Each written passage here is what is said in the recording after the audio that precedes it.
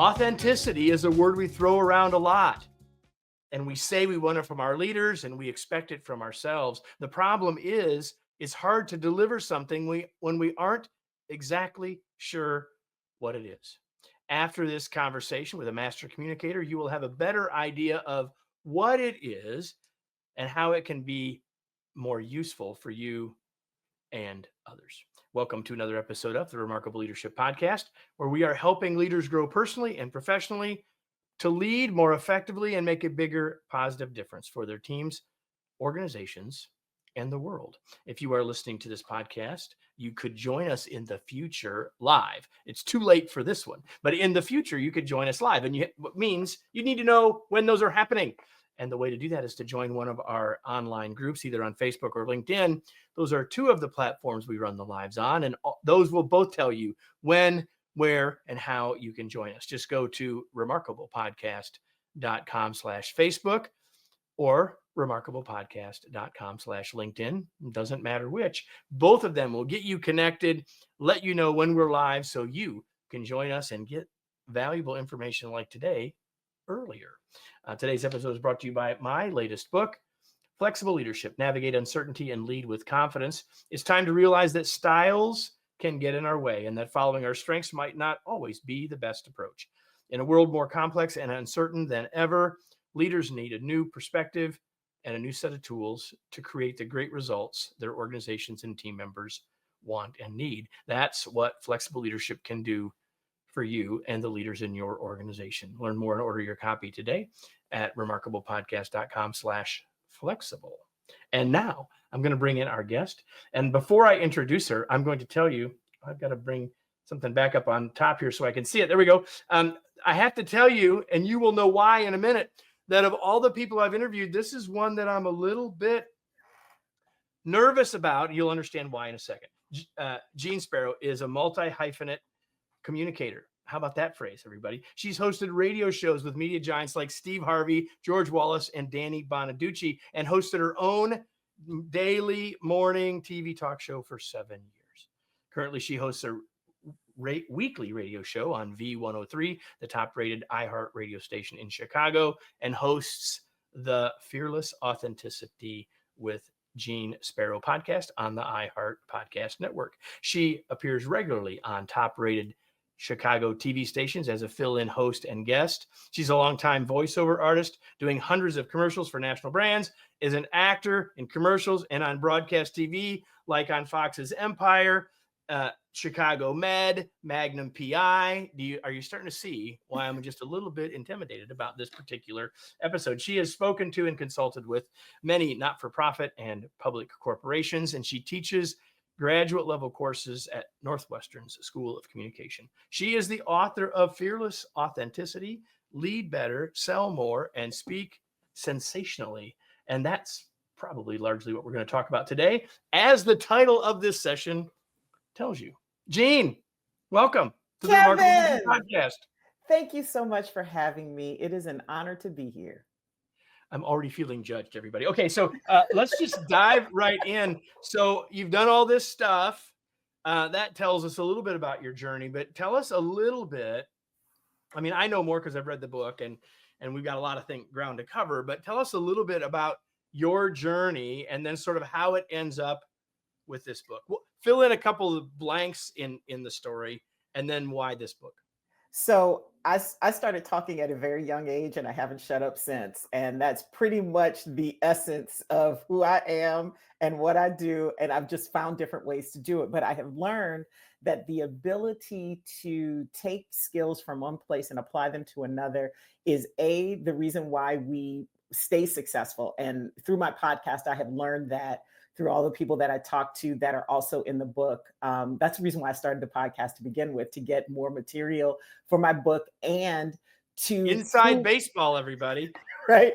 And also to prove to myself that my theory was correct. Because what I learned along the way in my career in broadcast that I found out a lot of people outside of our world didn't know is that who we are is the gift that we have to share with people. And it's also where we find our success. But we often believe that we have to do things to deserve that. And we often believe that the world is telling us that who we are is not enough. And, I struggle with that myself. I mean, all of us have, there's some article recently out that imposter syndrome is like at 100% in C-suites across the country, because people are trying to figure out how they got where they are. And I think part of that is because we even though our parents told us that we're enough, that we will find our people, that we don't actually believe it, and we have to go through some things to do that. So when I was politely invited to find my success elsewhere after my last show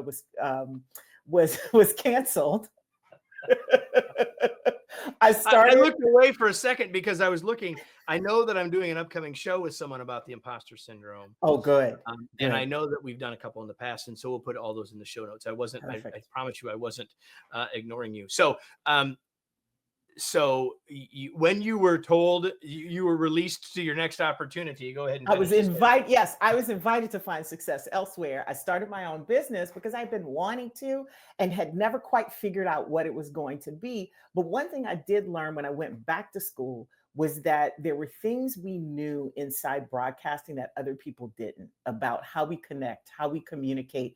And I realized when I was in grad school that it was about leadership. Like, it was about how we take the things we know, transfer them to other people, and inspire them to act, and to act in a way that gets us closer to our goals. And so that's where the impetus, like, somebody had to convince me to write the book, but that was where the impetus was, to create the system that is now the foundation of the book. Because once I started working with people, I realized how many secrets we held inside broadcasting that I assumed everybody knew, because everybody in my industry knew them too. Well, because the people you were around. See, we as leaders have that problem all the time. There's a whole bunch of stuff that we know, we assume everybody else knows, so we don't tell anybody, and that is a serious problem. It's interesting, Jeanne, as I'm listening to you, I'm thinking, and so a little inside baseball back in terms of the show, and not just for you, but for everybody, if you're a longtime listener, watcher, viewer, I guess is a better word, you know that sometimes we have books that you would absolutely say, well, that's a leadership book, right? And sometimes we have guests where it's really very much about us as individuals and how that connects to us as leaders. And then sometimes, and by the way, all of those kinds of books do connect to us as leaders, because as we become a better leader, we become a better human, and vice versa. But the third thing is, and that's where I think this book falls, is this is a book that while the word lead is in the subtitle, it's not really a book just about, certainly not capital L leadership, positional leadership. And yet it's about a topic that's incredibly important to leaders, that being authenticity. So we're able to have this conversation today, I think, that sort of hooks those things all together. And so for those of you that are listening, now you know a little bit about why I picked to have Jeanne on the show when they pitched us her book. So we should probably start here. What's your definition of authenticity? Oh, it's a good one. As in the question. I hope that my answer is good. Authenticity, in the way I see it in work, whether that's as a leader or as a rising leader or as somebody who, coaches, mentors, both of those. Authenticity is bringing all of your experiences to your work in a way that advances your work forward. So I like to tell a story that is in the book about how who we are personally impacts what we do, and actually adds to the experience of what our goals are trying to get to. And I had a producer. It was back in the day, like, I don't know, when autism was first being discussed publicly as a spectrum disorder. Like, it was, it had gone through so many levels of awareness, right? And the Autism Awareness Month, I believe, was called something different at that time. But we were trying, because we served a lot of women as our viewers, we wanted to do a series about that to raise awareness and to help moms who were trying to figure out what might be going on with their children. Right. So Yeah. we start brainstorming in one of our meetings, and we think we're cooking, right? We think we're popping on all 8 cylinders. And one of our producers goes, wait, my 2 kids just got diagnosed on the spectrum, and everything we just talked about is irrelevant and not helpful. And we were all like, A, because we didn't know her children were on the spectrum, and 2, because we didn't realize, we thought we were doing something good. And in that moment, I think we all realized that we could have either embarrassed ourselves, Or offended not have the somebody, impact you wanted to have, for sure. and then the third piece is done the exact opposite of what we had intended to do. Right. And in those moments, when we can bring our personal experiences to bear in our work, then we can do what we came there to do. We can amplify the things that we want to amplify and impact people the way that we want to, and reach the goals that we intended. And if I'm not mistaken, I think we ended up getting some award nominations for that series after we had all done it. And we could have fallen flat on our face, but that person deciding to be authentic at work.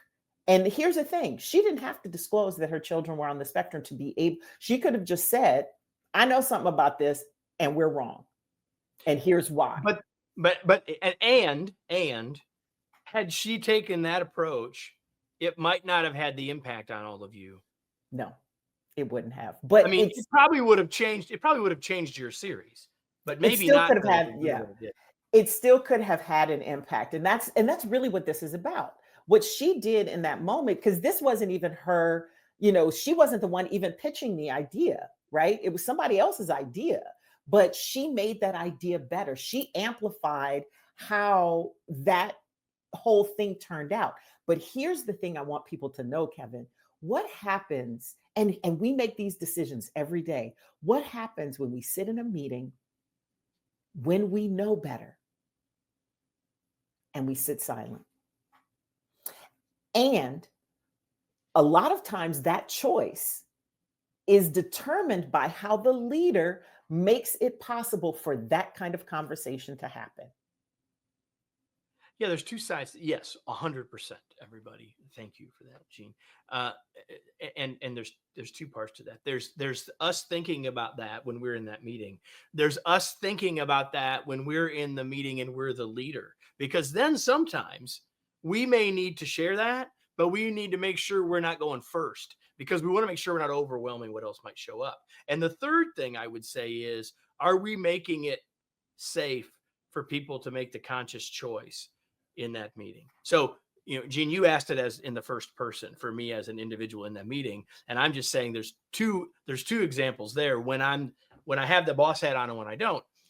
But the third thing is so important. Like, can we make it safe for people to do that? The book is titled Fearless Authenticity. And this example, I think, gets at that a little bit. Yet I'd like you to say a little bit more about why fearless. Because it takes courage to stand where you are and say who you are, or even more importantly, show who you are. When we are pressed, like, think about when you were a kid, right? Your first day. That was a long time ago for me. Same, sir. Same. Back when we were in school, it was called junior high, not middle school. You are so correct about that. I remember when I was in 8th grade, it switched to middle school, and I was like, what's a middle school? What is a middle school? But were you as freaked out about going to high school as I was? Well, you know what? Can I tell you something? I wasn't. Sorry, and I was. I got you off subject. No. Let me tell you. Listen, I'm very easy to get off track, but I will get us back to where we were going. So I actually lived in a town where it was a fairly small town in Southwest Louisiana called New Eikenberry. It's where they make the Tabasco sauce. I always give Tabasco that shout sauce. out. Yes. So we had a freshman high school, because the way that the schools were integrated way back in the day, the number of students that were there, it just couldn't at that They time had have two buildings, and separate. so Yeah, yeah. exactly. I didn't have that. I got dropped right in. Of course, it was a small school, but still, I was still a little bit freaked out. I'm just being honest. I don't think I've ever said that out loud before. Well, I didn't have the reason why I wasn't freaked out is because we had a school that was freshman only. So by the time you got to build enough confidence before you went to the big high school, 10 through 12. And so for me, it was a little bit easier. And that's the reason why I see junior high as the big, like, I got to put on my big girl pants now. Like I'm at the big, and here's the other thing. I went from Catholic school to public school. And so I went from a much smaller schooling situation into a larger, I mean, it wasn't huge, but it was large to me, where I, had to make some new friends and do some things. But I think for everybody, junior high is kind of where you start to show, or middle school is where you start to show your personality. Because you know yourself better at that point. But it is Or at least also, you think you do. you think you do, but you know yourself better than you did when you were 5, right? But the Okay. thing is you also care more about what other people think because you are unsure. You are looking around for cues to see if what you're feeling is normal, to see if you are normal. And that is when we really start to feel inside outside groups. I think it's happening younger now, but I think all of us can identify with that feeling of fear that, or at least hesitation of who we are, where we fit in, and what we are willing to do to feel like we belong. And it takes courage and being fearless to say, you know what, this is who I am. And starting new jobs or new positions brings back those same feelings at some degree. That's exactly what I was going to say. Like, so again, if you're moving into a new role, you've probably experienced that. But as a leader, when you bring people into your team, you aren't necessarily thinking about the fact that that's going on for them, because everything, it's all known to you. It's not known to them. I think it's a really good point. I think we could have an entire show just about that transition that we all had as kids, even though my experience was quite different than yours. There was no freshman center. There was not even any new people when we went to the high school. My freak out was about the sophomores, juniors, and it's mostly the seniors. Like, this is going to be different and all that. Like, we could have a whole show there tying it to this bigger point, but maybe another day. I want to get to some more stuff in the book. Early in the book, you talk about something that your dad taught you about authenticity. He said 3 things. What were those 3 things? Oh, I don't remember. Hold up. Here, they're right below. Here they are. Oh, those 3 things. Okay, those 3 things. Because let me tell you something, Kevin. I told you I wasn't going to be Mike Wallace. I wasn't trying to trip you up. My daddy told me a lot of things. Well, fair. My Fair daddy enough. told me a lot of things. I have a whole series on social media about the stuff that my father has told me. Okay. So, yes, 3 things you need to have to be authentic, to be fearless. First, you have to be brave. That's where the courage comes in, right? You got to take that step. Then you have to be free enough to be able to express yourself, right? It can't just be fearless and standing on business silently, right? You have to actually be free enough to express, not only feel it, but express it to other people. And then finally, you just need to be you. But you have to know who you are. And exactly. And I think that's where we'll spend the rest of our time, right? So, like, it's really important. I mean, it's easy to say, be brave, be free, be you. It's a good little chant, though, isn't it? It is. It's good. It's really good. But in the open, I said, sometimes we all talk about this, like we ought to be authentic, and yet we don't always know what that really means. And it starts with our identity, right? And that's what you're talking about now, is how does this all connect? And so our identity and our authenticity, right? So do you have it? Go ahead. I will even drill it down further from there. It's about your value and your values, right? The value you bring, what you have to offer, because if I learned nothing from my parents, both of them were always of service, always offering something that they had. My mother was a musician. She played in the church choir. She taught chorus. She shared her gift and love for music with everyone. My dad he was always driving Miss Daisy, always. Like there was always some little old lady in the back seat taking him to go, as we used to say in Louisiana, go make groceries, to go to church, to go to mass, wherever. My daddy was that person. He was always the one who was your whole accent just came out in that moment. Just a little bit. I don't know if you noticed. I've been in Chicago so long, but sometimes Louisiana will come flying out of my mouth because as a broadcaster, we have a standard accent, right? And so that's a really interesting point too, right? So and that's, I think, right there is one of the things that people get stuck with, right? As a leader, not stuck with, but stuck around. Like, someone listening may be thinking, well, is Jeanne really authentic if she's had to change the way she talks? Because how we talk is who we are. So like, just take that because I think that's just a kernel of an example of how authentic might not always mean exactly what we think it means. So I believe we all live in a range of authenticity, and it looks different for different people.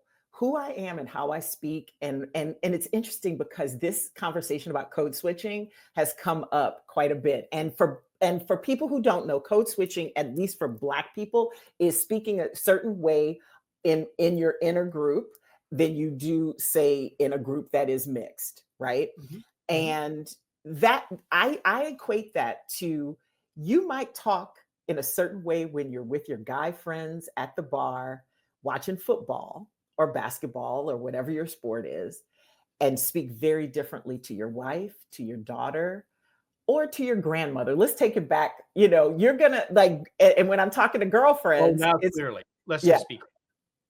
When we're talking in one place to peers, we're going to talk very differently to our elders. But are you a different person? Absolutely not. In fact, your grandmother probably knows about the colorful language you use when you're in the you're assuming that I use colorful language, Jeanne. Now let's be careful here. I'm speaking to the audience. Oh, Kevin. Okay, fair. No, I'm not making any assumptions. There is somebody out there who uses colorful language that his grandmother may be aware of, but that he would never say to his grandmother. I actually had a conversation about that word, using the word damn, with my grandmother once. And I said, you can say a different word, and it's the thought underneath it is exactly the same. She goes, it doesn't matter. I'm still not going to say it. Anyway, but I think that's a great example. I mean, I'm glad that we just took that little detour, because I think that's a perfect example that doesn't change who we are. And I'm confident, based on our short conversation and having read your book, and we're talking with Jeanne Sparrow about her new book, Fearless Authenticity. I'm confident in saying this, that you are supremely proud of your kidhood. Absolutely. And supremely comfortable letting that South Louisiana accent come back out. And that doesn't mean that it has that's to the be. other piece. What's that? Sorry? No, go ahead. I was like, everybody also doesn't understand a South Louisiana accent. I had to interpret from my grandmother's first language was Creole French. So we had to, somebody comes from someplace else and you hear all the shaz, the babies, and the blah, blah, blahs, honey, they're not hearing it. Exactly. So I'm sorry, I interrupted. No, that's okay. We have to get at the foundation in the book. You mentioned it earlier, and I'm a little bit careful. I want to be a little bit careful on our time, but I want you to at least get to this foundation. Again, a 3-part phrase, and I'll just put it on the screen for those watching. Live it, tell it, sell it. Because again, I don't know that a lot of people would initially put the word sell it with authenticity. So Can you just unpack this a little bit? Not too much, because everyone needs to go make sure they go buy a copy of the book. But when you say live it, tell it, sell it, what are you talking about? Those are my foundations for success. And it's how I see the way all of our interactions as people go. Because here's the bottom line, Kevin. Everything we do is that we are trying to produce at work to reach goals has to involve working with other people, whether that is an active sales effort to external stakeholders, let's Right. call them, Right. or whether that's internally organizing to get some process going, right? These three things need to happen. Live it is about you and understanding how you affect other people and where you are and what you have to bring to the table. Tell it is about the way you connect with other people. It's the stories that link us together, the stories we tell about what we're doing, how we're going to do it, and where we're going. And then sell it is this idea that a lot of people have had resistance to, that I don't understand, because we are always selling something. As I like to say, even if it's what you're going to cook for dinner. And anybody who has teenage children knows this intimately. Well, if you want them to eat it anyway. So so yes. You'll get a lot more about the idea, and we've been talking about live it, and obviously because when you have your copy of the book, you're hearing from a experienced communicator in a variety of media, and you're going to get a lot of ideas around the tell it and the communication piece, and then the sell it piece you just mentioned. I want to keep us on authenticity as we start to wrap up.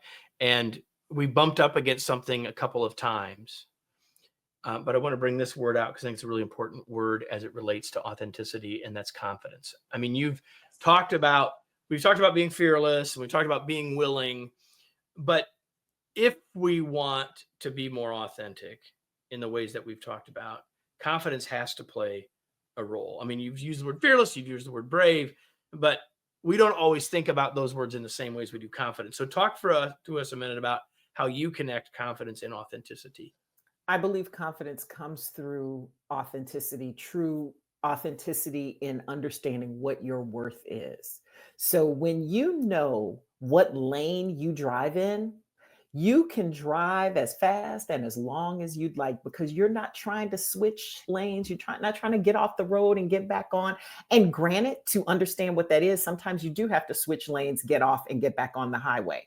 But I believe when you explore what value you have to offer other people, what thing you have to be of service in, you can lean into that in a way that gives you confidence. When you know what you bring to the table, you start to walk differently. You start to talk differently. You start to understand where you fit in relationship to other people, and you're no longer in competition. A lot of people get false confidence, and sometimes that can elevate to arrogance when they compare, right, with other people. I'm better than so and so at this. The problem with that is, as my mama used to tell me, there will always be somebody smarter, somebody prettier, somebody faster, somebody, it's somebody better than you.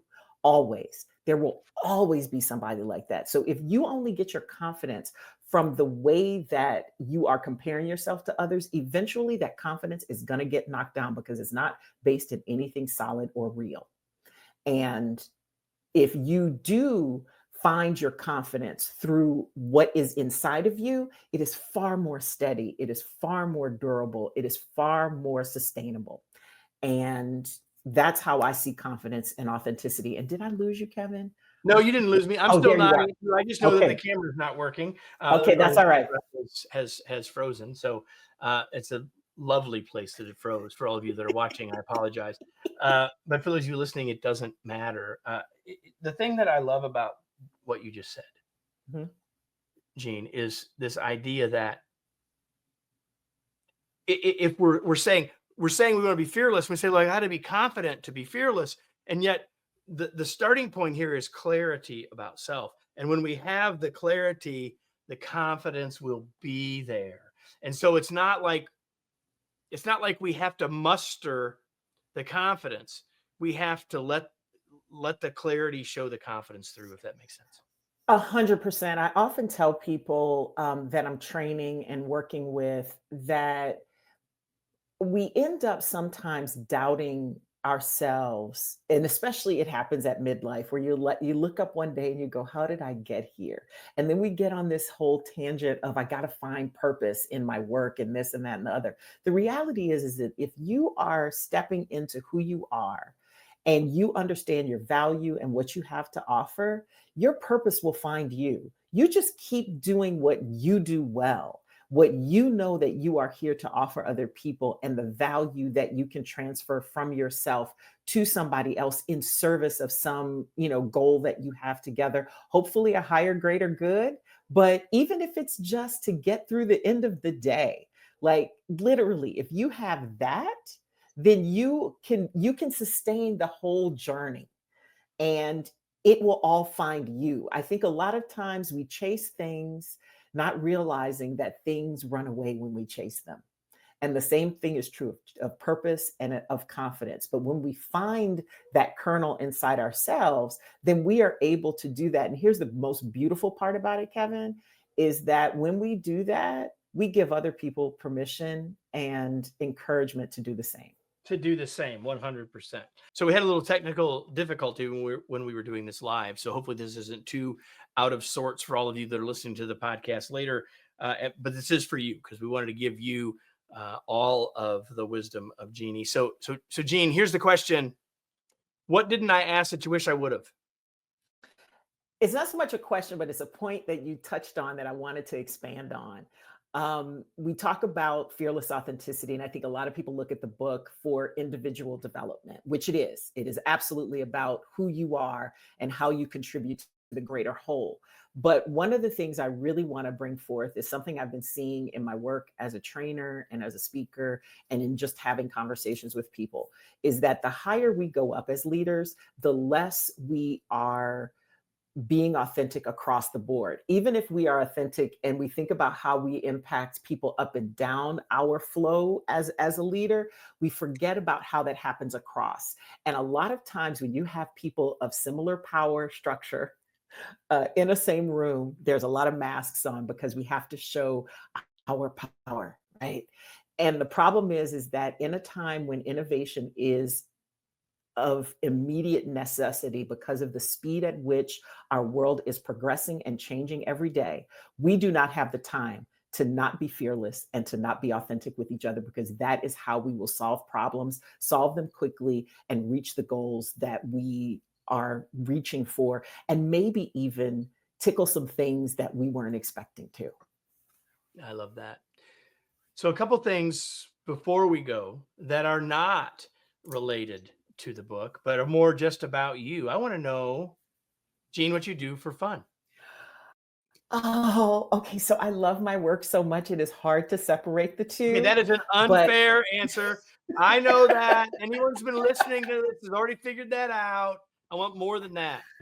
so what do I do for fun? Can I tell you something? I love good food, good wine, and good conversation. When I tell you that I do what I do for a living because I would do it for free, like that's the secret that I don't tell anybody. But my favorite thing is to sit around with my friends and just talk about what's happening in their lives, in the world. Like if I can have a good conversation, Kevin, I am happy. I also like to dance. I used to be a pretty doggone good salsa dancer, and I need to get back in shape for that. Because let me tell you Here something, we go. it takes some serious lung power to be a good salsa dancer. Well, the good news is you did do this for free. So hopefully it was a good conversation. It absolutely So was. what are you reading these days? So I am trying to finish Atomic Habits. I know I'm so late on it, but here's the thing that's really interesting. Like I'm a systems person, but it's very difficult for me to create them, right? I see things in systems, but for myself in my personal life, it can get a little chaotic because, as you've noticed when you did my bio intro, I do a lot of different things because that's how my brain works. But I see them all as the same thing. Like other people see them as a bunch of different jobs. I see them all on a continuum. So I need to get better as an entrepreneur with how structured and ritualed I am around how I operate my business and conduct myself. And I feel like Atomic Habits has the answer for me, but I haven't finished it yet. Uh, there's a in my book in my latest book I talk a little bit about the difference between, and James Clear does that in Atomic Habits too, the difference between habits and rituals. And I think rituals are really important for us to which go beyond routines. And I think it's a really important piece. I'm glad that you brought that up. So we've talked about somebody else's book. Where can people learn more about your work? Where can they get your book? Where do you want to point people before we finish up? fearlessauthenticity.com/book. It is where all of the links to the book are listed, including the audiobook, which just came out a couple of weeks ago. So I hope that everybody will go there. And it's also how you connect with me on social media. I'm fairly active on Instagram, Facebook, LinkedIn, and sometimes the platform formerly known as Twitter. I can't let it go. Right. You can find me all those places and interact. And I talk about things that are in the book. And of course, with my podcast, and the link to that is on the website as well. Perfect. Jeanne Sparrow. Before we go, everybody, I have a question I want to ask you. It's the question, if you've been here before, you know I'm going to ask, because I ask it every single week. It's a routine. It's a ritual. I love it. And the question is, now what? So you got the chance to hear from Jeanne and hopefully hear that we enjoyed each other's conversation and the conversation and the ideas. And so maybe it was entertaining. Fine. That's not why you came, really. You came here to leave figuring out a little bit more about being authentic, or maybe figuring out how you connect authenticity with your role as a leader when you're having the leader hat on. Or maybe you're just thinking about this as a human and not necessarily only from your leader role. The point is, until you ask and answer the question, now what am I going to do with this? It will just be an entertaining conversation. And so my challenge to you is to think back, what did you get from this conversation? What action will you take as a result? And when you do that, this will have been much more valuable for you. Jeanne, thank you so much for being here and for putting up with our technical challenges before we got to the end. It was such a pleasure to spend time with you. It was lovely to spend time with you. Technical issues and all. It reminded me of my work days in television. Trust me. Trust me. So everybody, we'll be back next. If you enjoyed this, make sure you're liking and subscribing and referring from whatever platform you watched or listened to this on, right? And then make sure you're back next week for another episode of the Remarkable Leadership Podcast. We'll see you then.